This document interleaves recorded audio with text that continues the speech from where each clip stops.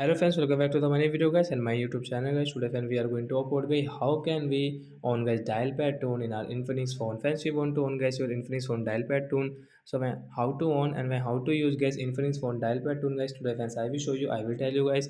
So before starting video friends, first of all go and subscribe the channel guys. Click the bell icon, like the video friends. Now let's see how can we on guys Infinix phone dial pad tone. Friends, we will on guys our phone setting guys. So after on phone setting we will scroll it. Friends, click on phone sound and vibration. Again scroll. Friends, you can see phone dial pad tone guys, we will on from here. After guys come back. Friends, how can you use? Friends, you will have to on guys your dial pad. So when open your dial pad, so friends, you can see guys now if we enter any number in our dial pad, so guys you can see guys this background tone, so we call it dial pad tone, so guys you can on and you can use it. So that's it guys, thanks for watching the video guys. I hope friends you understood how to on dial pad tone in Infinix phone and how to use it. So bye guys, thanks for watching. And friends, do you have any doubt related to guys your phone sound and vibration, you can ask me in comment section. I will check, I will help you. Bye bye friends, thanks for watching the video guys.